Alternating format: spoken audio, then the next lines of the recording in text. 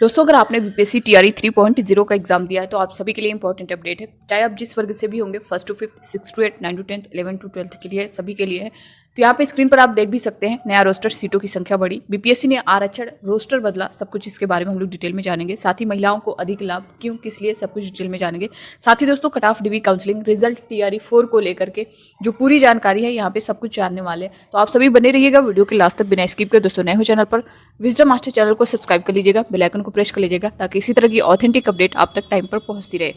यहाँ पे जो डेटा आया हुआ है देख सकते हैं, कोटिवार सबका जो है, चाहे आप जनरल से हो, ईडब्ल्यूएस, बीसी, एससी, एसटी, सभी का जो है पहले कितना था अब कितना हुआ है, सब कुछ पूरा डेटा दिया गया है। साथ ही दोस्तों, यहाँ पे अगर हम देखें तो पीआरटी से रिलेटेड काफ़ी अभ्यर्थियों के कमेंट आ रहे थे कि मैम पीआरटी में इतनी सीट थी तो अब कितनी होगी, जनरल में कितनी, यूआर में कितनी हो सकती है, ईडब्ल्यूएस में, एससी में, एसटी में, बीसी, मेल फीमेल, सबका अलग अलग यहाँ पे हम लोग सब कुछ डिटेल में जानेंगे। साथ ही उर्दू से भी काफ़ी अभ्यर्थियों के कमेंट थे तो उर्दू का भी यहाँ पे हम लोग देखने वाले हैं। तो यहाँ पे सबसे पहली चीज़ दोस्तों, यहाँ पे स्क्रीन पर आप लोग देख भी पा रहे होंगे, बीपीएससी ने प्रधानाध्यापकों का आरक्षण रोस्टर बदला। इससे रिलेटेड क्या यहाँ पे मेंशन किया गया आप देख सकते हैं। बिहार लोक सेवा आयोग ने उच्च माध्यमिक विद्यालयों में प्रधानाध्यापक पदों के लिए पूर्व के आरक्षण रोस्टर में बदलाव किया है। इसकी सूचना आयोग की वेबसाइट पर उपलब्ध करा दी है। हालांकि आरक्षण रोस्टर में संशोधन के बाद रिक्तियों की संख्या में कमी नहीं हुई है।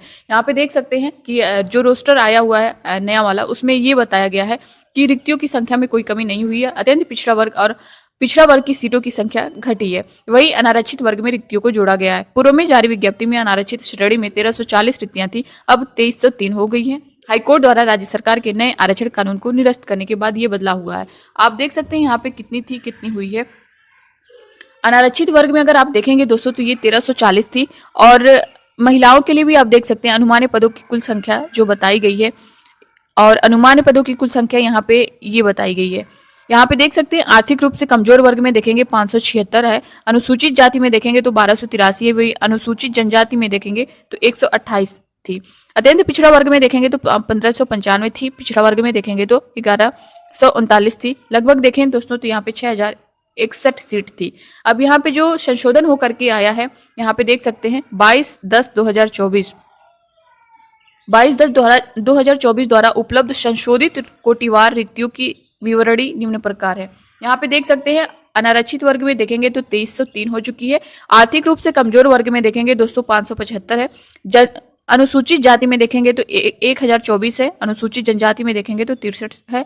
वहीं जो है अत्यंत पिछड़ा वर्ग में देखेंगे तो 1148, पिछड़ा वर्ग में देखेंगे तो 761, पिछड़ा वर्ग की महिला में देखेंगे तो 187। टोटल अगर आप देखेंगे तो 6041 सीट है। तो आप ये देख सकते हैं यहाँ पे भी 6041 है, यहाँ पे भी, यानी जितनी थी उतनी ही है। बस ये है कि जो अगर आप यूआर में देखेंगे तो सीटें बढ़ी हैं। बाकी अगर आप देखेंगे तो अनुसूचित जाति, जनजाति, ईडब्ल्यूएस में ये जो सीटें पिछड़ा वर्ग में, इनकी जो सीटें हैं वो माइनस हुई हैं, और यूआर की सीटें जो है प्लस हुई हैं। तो यहाँ पे आप देख सकते हैं पूरा डेटा दिया गया है। यहाँ पे पीआरटी से रिलेटेड काफ़ी अभ्यर्थियों के कमेंट आए थे कि मैम जो है रोस्टर के बाद जो है कितनी सीटें यहाँ पे देखने को मिलने वाली हैं, चाहे यूआर हो, ईडब्ल्यूएस हो, ईबीसी हो, बीसी हो, एससी हो, एसटी हो, सभी का हम लोग यहाँ पे देखेंगे। साथ ही दोस्तों उर्दू से काफ़ी अभ्यर्थियों के कमेंट थे तो उर्दू का भी देखेंगे। यहाँ पे देख सकते हैं हम लोग पीआरटी का देखने वाले हैं, ठीक है, ये आपका पीआरटी का रहेगा। और यहाँ पे यूआर में अगर हम देखें, यूआर ये आपका मेल फीमेल, यहाँ पे ध्यान दीजिएगा।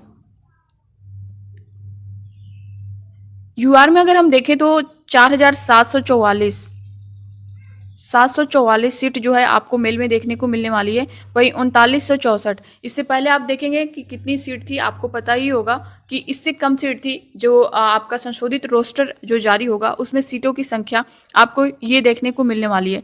ईडब्ल्यूएस में देखेंगे दोस्तों तो 1186 सीट आपको देखने को मिलेगी। वहीं फीमेल में देखेंगे तो 991। ईबीसी की बात करें दोस्तों तो 2134 सीट यहाँ पे जाने वाली है, और 1783 आपकी फीमेल में जाएगी। बीसी की बात करें, यहाँ पे बीसी में दोस्तों 1423 सीट आपको देखने को मिलेगी मेल में, और 1189 सीट आपको जो है फीमेल में देखने को मिलने वाली है। वहीं एससी की बात करें तो एससी में आपकी 1894 सीट देखने को मिल सकती है, और 1585 सीट जो है आपको फीमेल में देखने को मिलेगी। एसटी में की बात करें तो एसटी में मेल में 118, सीट और फीमेल में 100 सीट लगभग देखने को मिलेगी। दूसरी चीज़ दोस्तों, उर्दू से काफ़ी अभ्यर्थियों के कमेंट थे, तो यहाँ पे हम लोग उर्दू का भी देख लेते हैं। उर्दू में दोस्तों 1382 के आसपास जाने वाली है आपकी सीट, और 345 जो है आपकी ईडब्ल्यूएस की है। ये यूआर की मैंने बताया है, ये आपका ईडब्ल्यूएस का है। ये ईबीसी में आपकी जो है 622 सीट होने वाली है। और बीसी की बात करें दोस्तों यहाँ पे 414, वहीं एससी की बात करें तो 552, और एसटी की बात करें तो 34 सीट।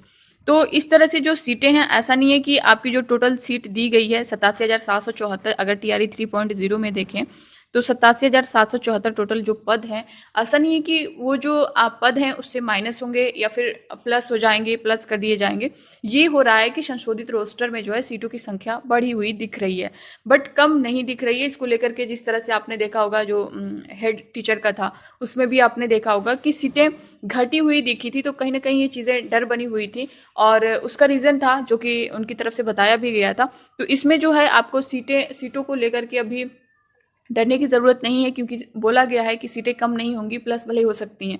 तो 87,774 में जो सीटें हैं, अगर हम पीआरटी का जैसे कि मैंने बताया है, तो उसमें से यूआर की जो सीटें हैं वो सभी में प्लस होंगी, चाहे आप 1st to 5th के हों या फिर 6 to 8 का एग्जाम दिए हो या फिर 9 to 10th 11 to 12th। तो यूआर की जो सीटें वो प्लस होंगी, बाकी जो है आपका EWS, EBC, BC, SC, ST, इन लोगों की सीटें आपको माइनस दिखेंगी, क्योंकि जो रिजर्वेशन था आपका 65% पर बना था, और अब जो है आपका 50% पर हो रहा है। तो जाहिर सी बात है वो सीटें तो कम तो होंगी ही।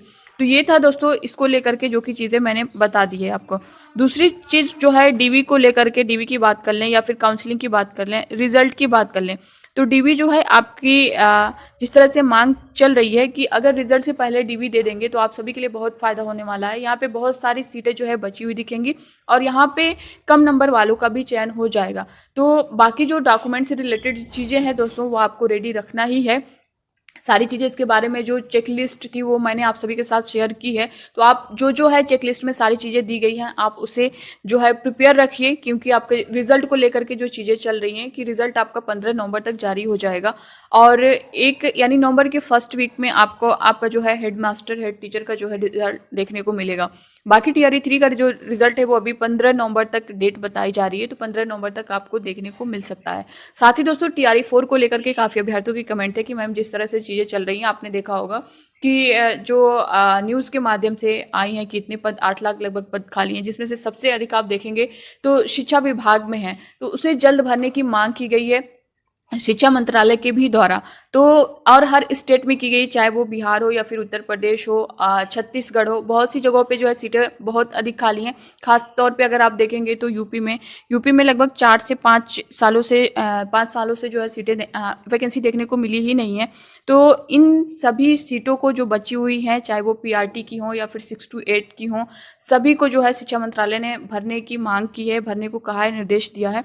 तो जल्द ही आपको देखने को मिलेगा। साथ ही टीआरई 4 को तो पहले से ही चीज़ें चल रही हैं कि टीआरई 3.0 का जो रिजल्ट है वो जैसे ही जारी होगा, उसके बाद जो है आपको टीआरई 4.0 का नोटिफिकेशन देखने को मिल जाएगा, और इसका एग्ज़ाम भी जो है जल्द करा लिया जाएगा।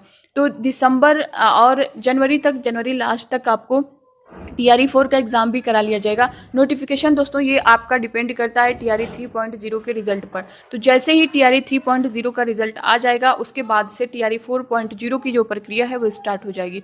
तो ये था दोस्तों, इसको लेकर के काफ़ी अभ्यर्थियों के कमेंट आए हुए थे, तो जो कि मैंने इसके बारे में पूरा डिटेल आप सभी को बता दिया है। अब आपके मन में कोई डाउट होगा इससे रिलेटेड तो आप लोग कमेंट बॉक्स में कमेंट करके ज़रूर बताइएगा। मिलते हैं नेक्स्ट अपडेट के साथ, तब तक के लिए bye bye, take care, thank you.